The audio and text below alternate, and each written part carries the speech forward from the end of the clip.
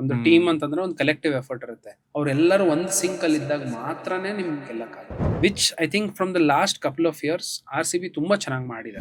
ನಾನಿದ್ದಾಗ role ಇರ್ಲಿಲ್ಲ, to be very honest. We had stars. ನಿಮ್ಗೆ ಜಹೀರ್ ಖಾನ್ ಇದ್ರು, ವೆಟೋರಿ ಇದ್ರು, AB de Villiers ಇದ್ರು, ದಿಲ್ಶಾನ್ ಇದ್ರು, ಗೇಲ್, ಕೊಹ್ಲಿ, ಆಯ್ತಾ, Muralidharan, all these big names ಎಲ್ಲರೂ ಇದ್ರು. ಬಟ್ ಹೆಂಗೆ ಅಂತಂದ್ರೆ ಎಲ್ಲರನ್ನೂ ಸೇರಿಸಿ ಸುಮ್ಮನೆ ಆಟ ಆಡೋದು ಬಿಡಪ್ಪ. When it comes to IPL, ಮ್ಯಾನೇಜ್ಮೆಂಟ್ನ ಭಾಗ ಎಷ್ಟಿರುತ್ತೆ? ಬಿಕಾಸ್ ನಾವು 17 ವರ್ಷದಿಂದ ನೋಡ್ಕೊಂಡು ಬಂದ್ರೆ ನಾವು ಕಪ್ ಗೆದ್ದಿರಲಿಲ್ಲ. But back to back 2 cup ಗೆದ್ವಿ. ಈವನ್ ವುಮೆನ್ಸ್ ಅಲ್ಲೂ ಹಾಗೆ ಆಯಿತು, ಬ್ಯಾಕ್ ಟು ಬ್ಯಾಕ್ 2 ಕಪ್ ಗೆದ್ವಿ. ಸೊ ಟೋಟಲ್ 4 ಕಪ್ ಇದೆ ನಮ್ಮ ಹತ್ರ ಈಗ. ಆಗ ದೊಡ್ಡ ದೊಡ್ಡ ಕ್ಯಾಪ್ಟನ್ಸ್ಗಳೇ ಇದ್ರು ನಮ್ಮಲ್ಲಿ, ಅಂದ್ರೆ ಇಂಟರ್ನ್ಯಾಷನಲ್ ಕ್ಯಾಪ್ಟನ್ಸ್ ಇದ್ರು. ಸಂಬಡಿ ಲೈಕ್ ಪೀಟರ್ಸನ್ ಇದ್ರು, ವೆಟೋರಿ ಇದ್ರು, ಎಲ್ಲರೂ ಆದ್ರು, ABD ಆದ್ರು, ಮತ್ತೆ ಗೇಲ್ ಆದ್ರು, ಮಧ್ಯ ಎಲ್ಲರೂ. ಬಟ್ ಯಾರೂ ಕಪ್ ಗೆಲ್ಲೋದಕ್ಕೆ ಆಗ್ಲಿಲ್ಲ ತುಂಬಾ ದೊಡ್ಡ ಮಟ್ಟದಲ್ಲಿ. ಇವನ್ ಕೊಹ್ಲಿ ಕೂಡ ಆಗಿದ್ರು ಮಧ್ಯ. ಬಟ್ ರಜತ್ ಪತಿದಾರ್ ಬಂದು ಆ ಗೇಮ್ ಚೇಂಜ್, ಅಂದ್ರೆ ಕಪ್ ಗೆಲ್ಲೋ ತರ ಆಯ್ತು. ಇಲ್ಲಿ ಮ್ಯಾನೇಜ್ಮೆಂಟ್ದು ಭಾಗ ಎಷ್ಟಿರತ್ತೆ? ತುಂಬಾನೇ ಇರುತ್ತೆ. ಯಾಕಂದ್ರೆ ಕ್ಯಾಪ್ಟನ್ ಒಬ್ನೇ ಟೀಮ್ನ ಗೆಲ್ಸಕ್ಕಾಗಲ್ಲ. ಸೊ ಕ್ಯಾಪ್ಟನ್ದು ಮತ್ತೆ ಮ್ಯಾನೇಜ್ಮೆಂಟ್ದು ಆ ಬಾಂಡಿಂಗ್ ಚೆನ್ನಾಗಿರ್ಬೇಕು. ಕ್ಯಾಪ್ಟನ್ ಮತ್ತೆ ಟೀಮ್ ಮಧ್ಯ ಚೆನ್ನಾಗಿರ್ಬೇಕು. ಸೊ ಎಲ್ಲಾನು ಕೂಡ್ ಬಂದಾಗ್ಲೇನೆ ಗೆಲ್ಲಕ್ಕಾಗೋದು. ನೀವು ನೋಡಿ, ಬೇಕಾದ್ರೆ ಹಿಸ್ಟ್ರಿ ಬುಕ್ಸ್ ತೆಗೆದು ನೋಡಿ, IPL ಇನ್ನವರೆಗೂ ಯಾವ್ಯಾವ ಟೀಮ್ಸ್ ಗೆದ್ದಿದ್ದಾರೆ ಅವ್ರದ್ದು ನೀವು ಇಂಟರ್ವ್ಯೂಸ್ ಆಗಲಿ, ಅವ್ರದ್ದು ಎಲ್ಲಾನು ತೆಗೆದು ನೋಡಿದ್ರೆ ಮ್ಯಾನೇಜ್ಮೆಂಟ್, ಕ್ಯಾಪ್ಟನ್ ಆ್ಯಂಡ್ ಟೀಮ್ ಎಲ್ಲರೂ ಒಂದು ಸಿಂಕಲ್ಲಿ ಇದ್ದಾಗ ಮಾತ್ರ ಗೆದ್ದಿರೋದು.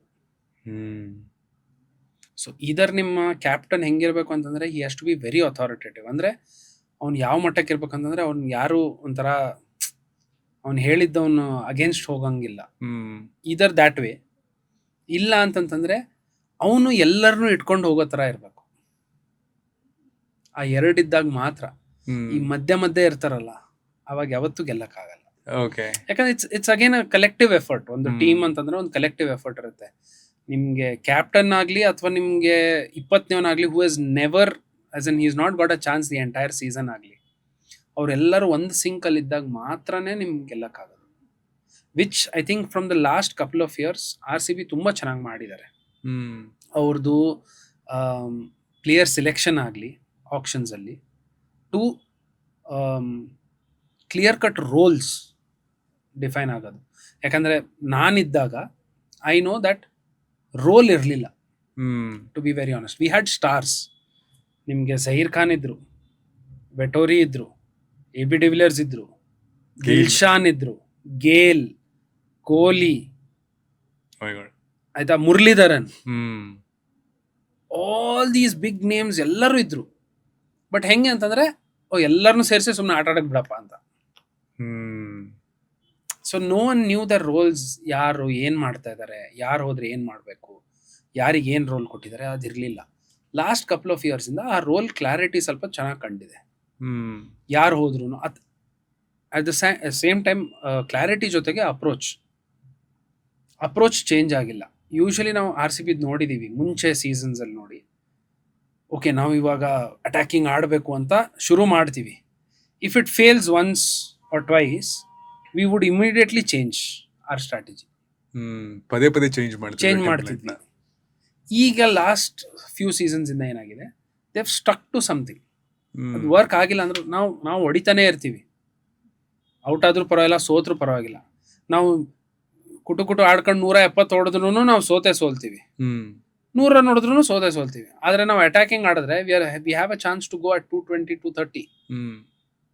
ಸೊ ಆ ತರ ಒಂದು ಅಪ್ರೋಚ್ ಆಗಲಿ, ಇದಿರುತ್ತಲ್ಲ ರೋಲ್ ಕ್ಲಾರಿಟಿ, ಅದು ಸಿಕ್ಕಿದಾಗ ನಿಮ್ ಟೀಮ್ಗೆ ಒಂಥರ ಬಾಂಡಿಂಗ್ ಚೆನ್ನಾಗಿರುತ್ತೆ. ಎಲ್ಲರಿಗೂ ಗೊತ್ತಿರುತ್ತೆ ಯಾರು ಏನ್ ಮಾಡಬೇಕು ಎಂತ ಅಂತ. ಇಲ್ಲ ಅಂದ್ರೆ ಎಲ್ಲರೂ ಒಬ್ಬ ಎಡುದ್ರೆ ಮಿಗ್ದವ್ರಿಗೆ ಕ್ಲೂನೇ ಇರಲ್ಲ ಏನಾಗ್ತಿದೆ ಏನು ಅಂತ.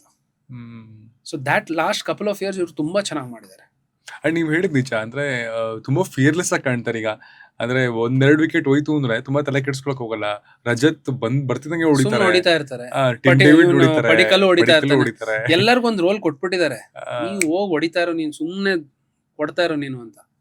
ಯಾಕಂದ್ರೆ ಒಬ್ಬನಿಗೆ ಆ ಆಂಕರ್ ರೋಲ್ ಕೊಟ್ಟಿದ್ದಾರೆ, ವಿರಾಟ್. ಯಾಕಂದ್ರೆ ಅವ್ರಿಗೆ ಗೊತ್ತು Virat can change gears unlike others. ಆ ತರ ಗಿಯರ್ ಚೇಂಜಿಂಗ್ ಎಬಿಲಿಟಿ ಯಾರಿಗೂ ಇಲ್ಲ ಇಂಟರ್ನ್ಯಾಷನಲ್ ಕ್ರಿಕೆಟ್ ಅಲ್ಲಿ. ಹೊಡೆಯಕ್ ಶುರು ಮಾಡಿದ್ರೆ ನಿಂಗಂದ್ರೆ ಅವ್ನು ಗೇರ್ ಚೇಂಜ್ ಮಾಡಿ ಒಂದೊಂದು ಆಡಕ್ ಶುರು ಮಾಡ್ತಾರೆ. ಕ್ಲೂಲೆಸ್ ಆಗಿ ಆಡ್ತಾರ ಅಂದ್ರೆ ಗೆಸ್ ಮಾಡಕ್ ಆಗಲ್ಲ ಅಂತನ. ಅಲ್ಲ ಅಂದ್ರೆ ವಿರಾಟ್ ಹೆಂಗೆ ಅಂತಂದ್ರೆ he can play at will.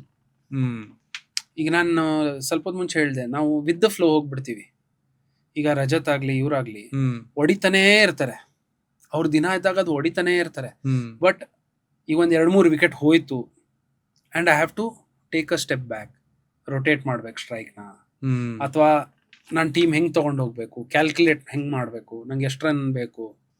ಬೇರೆಯವ್ರದ್ದು ನೀವು ನೋಡಿದಾಗ ನೋಡಿ ಒಂಥರ ಹರಿಬರಿ ಅನ್ಸುತ್ತೆ ಸ್ವಲ್ಪ, ಅಥವಾ ಕರೆಕ್ಟ್ ಚೂರ್ ಪ್ಯಾನಿಕ್ ಕಾಣುತ್ತೆ, ಲ್ಯಾಕ್ ಆಫ್ ಕ್ಲಾರಿಟಿ ಅಂತ ಅನ್ಸುತ್ತೆ. ವಿರಾಟ್ ಹಂಗಿರಲ್ಲ, ಅವ್ನಿಗೆ ಗೊತ್ತಿರುತ್ತೆ ಹೊಡಿಬೇಕಾರೆ ಹೆಂಗ್ ಹೊಡಿಬೇಕು ಅಂತ.